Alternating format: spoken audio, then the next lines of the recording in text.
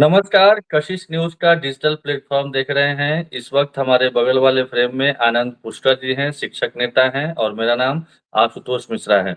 शिक्षकों के लिए आज इनके पास कई सारी जानकारी है, जो ये साझा करना चाह रहे हैं। शुरुआत हम लोग करेंगे,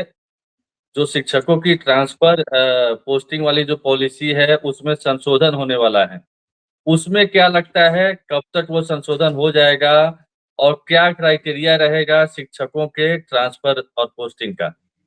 आनंद जी। देखिए, आशुतोष जी, पहले तो आपको बहुत-बहुत धन्यवाद जो इतने ज्वलंत मुद्दों को आपने आज शामिल किया है। सबसे पहले बात मैं आपको बताना चाहता हूँ कि एक बिहार के माननीय मुख्यमंत्री महोदय नीतीश जी को बहुत-बहुत धन्यवाद हम लोग देते हैं कि जो आज की परिदृश्य में एक लार्ज स्केल में बिहार में शिक्षकों का स्थानांतरण हुआ और बिहार ने एक रिकॉर्ड कायम किया। 1,90,000 प्लस में शिक्षकों का स्थानांतरण हुआ इस बिहार जैसे राज्य। लेकिन इतना ज़रूर बात है कि आज के परिदृश्य में बिहार में स्थानांतरण की कोई पॉलिसी आज तक नहीं बनी हुई थी। एक नियमावली कोई स्थानांतरण की नहीं बनी हुई थी। इस नियमावली के अंतर्गत में नहीं हुआ, एक प्रोविज़न बनाया गया ज़रूर कि जैसे बहुत लंबे वर्षों से जो शिक्षक पद पे पदस्थापित थे और नियोजन इकाई में थे, उसके स्थानांतरण में बहुत सारी समस्याएँ जो उत्पन्न हो रही थी। और बिहार के माननीय मुख्यमंत्री महोदय ने ही पहले कहा था कि हम लोग एक सॉफ्टवेयर का भी निर्माण करेंगे और लगातार शिक्षा विभाग ने एक सॉफ्टवेयर को बनाया और उस सॉफ्टवेयर में प्रोविजन हुआ कि पति पत्नी के ग्राउंड पे स्थानांतरण हुआ, मानवीय आधार पे स्थानांतरण हुआ, दिव्यांगता के आधार पर स्थानांतरण हुआ, महिला दूरी और पुरुष दूरी के आधार पर स्थानांतरण। लेकिन आज भी आप देख रहे होंगे कि लार्ज स्केल में शिक्षक आज भी स्थानांतरण के लिए लगातार उनकी मांगे आ रही हैं और इस पर जो है कि सरकार ने यह निर्णय भी लिया है कि शिक्षकों के लिए एक, क्योंकि उनका जो पद है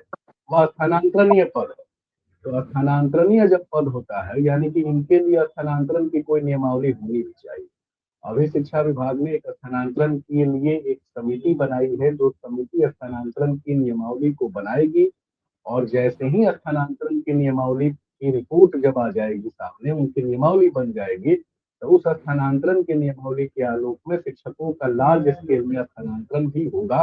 क्योंकि बहुत सारे ऐसे विद्यालय हैं जहाँ विषय की विसंगति भी पड़ी हुई है। सेम जिला में भी शिक्षकों का स्थानांतरण आज के परिदृश्य में नहीं हो पाया है। बहुत सारे हेडमास्टर लोग भी आज के परिदृश्य में स्थानांतरण की चाह लिए बैठे हुए हैं कि उनका भी स्थानांतरण होना चाहिए। तो वो लोग भी चाह रहे हैं कि स्थानांतरण हमारा भी हो। अंतर जिला में भी बहुत सारे लोग रह गए हैं जिनका स्थानांतरण नहीं हो पाया है। तो वैसे लोगों के लिए जैसे ही कमेटी की रिपोर्ट आ जाती है और नियमावली जैसे बन के सामने आ जाती है, तो इमीडिएट नियमावली जैसे बन के आएगी उसके बाद उन लोगों का स्थानांतरण का प्रोविजन हो जाएगा और बहुत जल्दी ही यह नियमावली पब्लिक डोमेन में भी आ जाएगी। इसके लिए मैं बिहार सरकार को बहुत धन्यवाद देता हूँ। शिक्षा विभाग के अपर मुख्य सचिव को भी बहुत धन्यवाद देता हूँ, जो जिनके स्तर पर यह कमेटी बनाई गई है और स्थानांतरण की कमेटी बनी है, और माननीय शिक्षा मंत्री महोदय को भी बहुत धन्यवाद देता हूँ। नहीं आनंद जी, चूँकि आप शिक्षा मंत्री से हों या शिक्षा विभाग के अपर मुख्य सचिव हों या मुख्यमंत्री जी से हो, इनसे मुलाकात होती रहती है आपकी। कई बार हम लोग ने तस्वीरें भी साझा की है। तो अंदर खाने क्या चल रहा है? कमिटी तो बना दी गई, कमिटी तो बहुत पहले बना दी गई।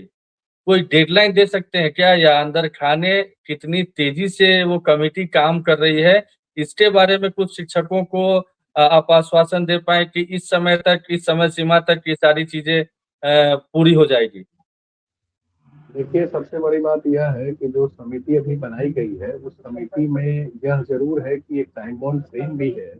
कि उनको टाइम बाउंड फ्रेम में अपनी रिपोर्ट भी वो साझा शिक्षा विभाग को करना है। लेकिन बंगाल का चुनाव भी चल रहा है, आप देखे भी होंगे कि डायरेक्टर जो हैं, दोनों डायरेक्टर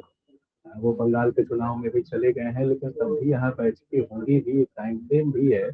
और हमको लगता है कि 15-20 दिन के भीतर में ज़रूर कमेटी अपनी रिपोर्ट दे देगी। अभी तक बैठकें हुई नहीं है कमेटी, लेकिन पब्लिक डोमेन में भी आ गई है। आप देखे भी होंगे कि शिक्षा विभाग की तरफ से भी यह पत्र निर्गत करके टाइम फ्रेम को भी लिखा गया था और कमेटी भी पब्लिक डोमेन में आ चुकी है। तो अब यह जल्द से जल्द, जो क्योंकि कोई चीज़ें जब बनाई जाती है और लार्ज स्केल में बड़े जो मास है उनके लिए कोई नियमावली बन रही है, क्योंकि बिहार में शिक्षकों के लिए 6 लाख समझिए उनकी संख्या हो गई है। तो शिक्षाविद लोगों से भी राय विचार विमर्श करके और कमेटी अपने स्तर से भी सारे चीजों को देखते हुए उस पर वो रिपोर्ट बनाएगी, ताकि विषय की विसंगति को भी दूर कर दिया जाए।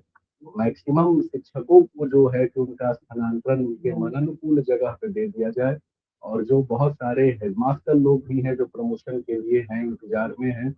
उनको भी कम से कम स्थानांतरण का लाभ मिले।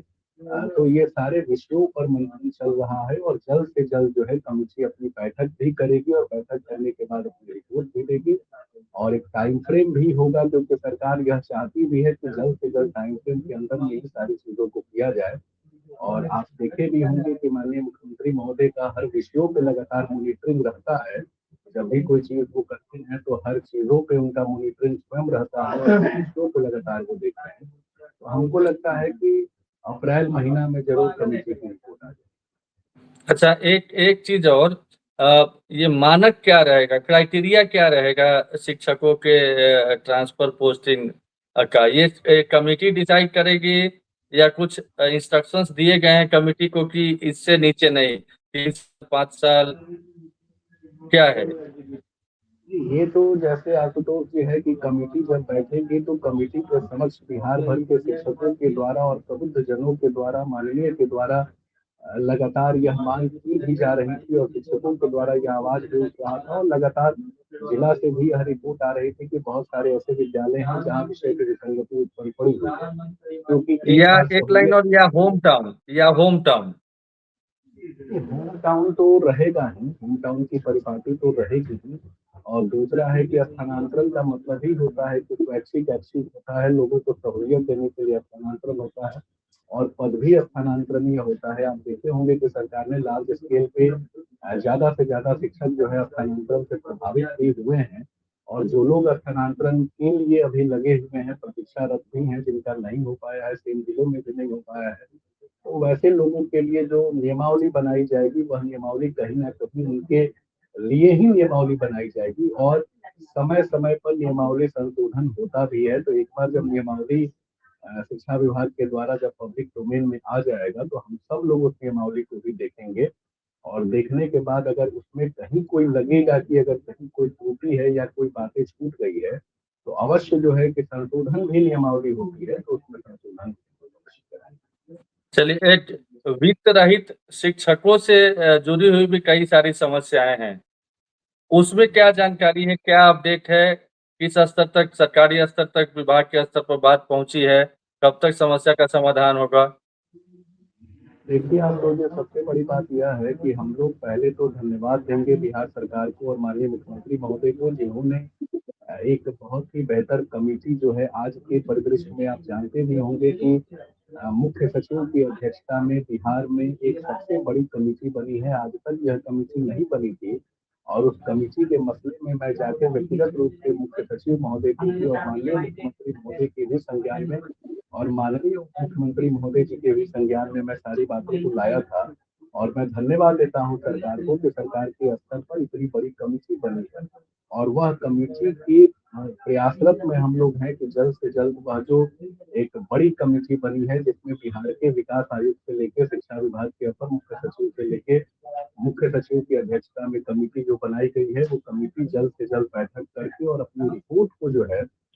वह सरकार के समक्ष में रखे। इस बार भी मैं गया था और मुख्य सचिव महोदय से व्यक्तिगत रूप से मिलकर गया था कि जल्द से जल्द कमेटी की कम से कम 1-2 बैठकें हो जाए, और बैठकें होने के बाद कमेटी अपनी रिपोर्ट बना के दे दे। क्योंकि वित्त रहित शिक्षकों का सबसे बड़ा मुद्दा यही है कि वो लोग चाहते भी हैं कि राज्य सरकार उनको अनुदान की राशि दे रही है, और कहीं ना कहीं उनके हृदय में यह बात है कि अनुदान की राशि भी उनके पास में नहीं पहुंच पा रही है। और माननीय मुख्यमंत्री महोदय का स्पष्ट यह निर्देश भी था, वो चाहते भी हैं कि हम वित्त रहित शिक्षकों के जेब में उनकी राशि को हम लोग पहुंचा दें, और उनको वेतनमान के माध्यम से उस राशि को पहुंचाई जाए। तो कहीं ना कहीं सरकार भी चाहती है कि उनको वेतनमान दिया जाए, इसलिए एक कमेटी जो बनाई गई है, वो कमेटी पे भी हम लोग भी दबाव बना रहे हैं, और सरकार के स्तर पे भी सारी बातें हो रही हैं कि जल्द से जल्द कमेटी की बैठक हो, और कमेटी की बैठक होने के बाद जो उनकी रिपोर्ट है, वो रिपोर्ट को आगे लाया जाए, पब्लिक डोमेन में लाया जाए, ताकि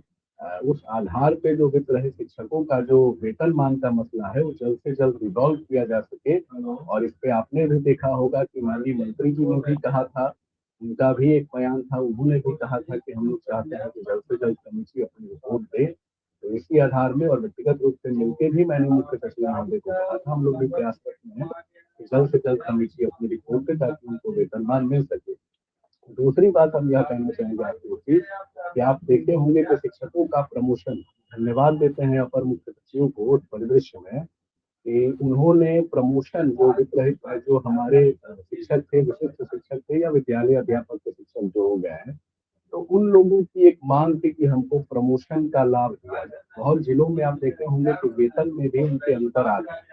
बहुत उनके वेतन में भी अंतर थे कि उनके मन में यह थी कि हमारा वेतन कहीं न कहीं कम हो गया है, तो वैसे लोगों के लिए भी इंक्रीमेंट लगाने की प्रस्ताव भी अभी बढ़ी हुई है, ताकि उनको भी इंक्रीमेंट का लाभ दिया जाए। कमीशन की चिट्ठी ऑलरेडी निकल चुकी है और हम देखते हैं कि राज्य के निदेशालयों के स्तर से जो पत्र निकलता है, वह जिला कार्यालय में वह पत्र को निकालने में जो तहसील के पदाधिकारी विलम्ब कर रहे हैं, वैसे लोगों पे भी हम लोग अंकुश लगाने पे लगे हुए हैं।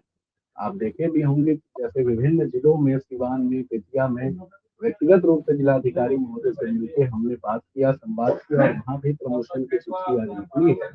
तो हमारी कोशिश यही है कि राज्य का जो स्वरूप बनाया गया है, जो प्रमोशन देने की बात शिक्षकों की जो चल रही है या है, उसका भी गाइडलाइन जल्द से जल्द निर्गत होना चाहिए और जिला को उसका अक्षरशः पालन करना चाहिए। कहीं न कहीं शिक्षकों का जो वाजिब अधिकार है, एचआर में जो उनकी गड़बड़ी हो गई है, वेतन की जो उनकी विसंगति बनी हुई है, प्रमोशन का विषय जो आज के परिदृश्य में पड़ा हुआ है या अन्य जो भी उनकी रूटीन की मांगे हैं, जैसे बहुत सारे जिला में आप देख रहे होंगे कि मेडिकल की छुट्टी उनको नहीं मिल पा रही है, जो बड़ा ही विषय जो है क्वेश्चन है। इस पे भी हम लोग अपर मुख्य सचिव के संज्ञान में लाए हैं कि कम से कम मेडिकल अगर कोई बीमार हो जाता है, कोई परेशान हो जाता है, तो इस पीरियड में उनको अगर नहीं छुट्टी दी जाएगी तो इस परिदृश्य में कहीं तो उचित नहीं है। इसीलिए इस मसले को भी हम लोग अपर मुख्य सचिव के संज्ञान में लाए हैं कि चिकित्सा अवकाश भी उनको मिले और उस पीरियड का कम से कम उनको वेतन मिलना चाहिए, वेतन होना चाहिए। और ये प्रोबेशन पीरियड वाली कहानी बिल्कुल खत्म हो गई है, लेकिन कुछ कार्यालय के ऐसे पदाधिकारी हैं जो गलत सलत व्याख्या करते रहते हैं, जिसपे हम लोग अंकुश लगाने पे लगे हुए हैं और ये भी जो अवकाश वाला मसला है उसको भी हम लोग जल्द से जल्द रिजॉल्व करें। चलिए आनंद जी, हम भी उम्मीद करते हैं कि जिस तरह से शिक्षकों की बाकी समस्याओं का समाधान हुआ है, उसी तरीके से जो ट्रांसफर पोस्टिंग वाली जो पॉलिसी है वो भी संशोधन होकर के जल्द पब्लिक डोमेन में है और उस पर भी इम्प्लीमेंट हो और वित्त रहित शिक्षकों की भी जो समस्या है उसका भी समाधान हो। बहुत-बहुत धन्यवाद आनंद जी।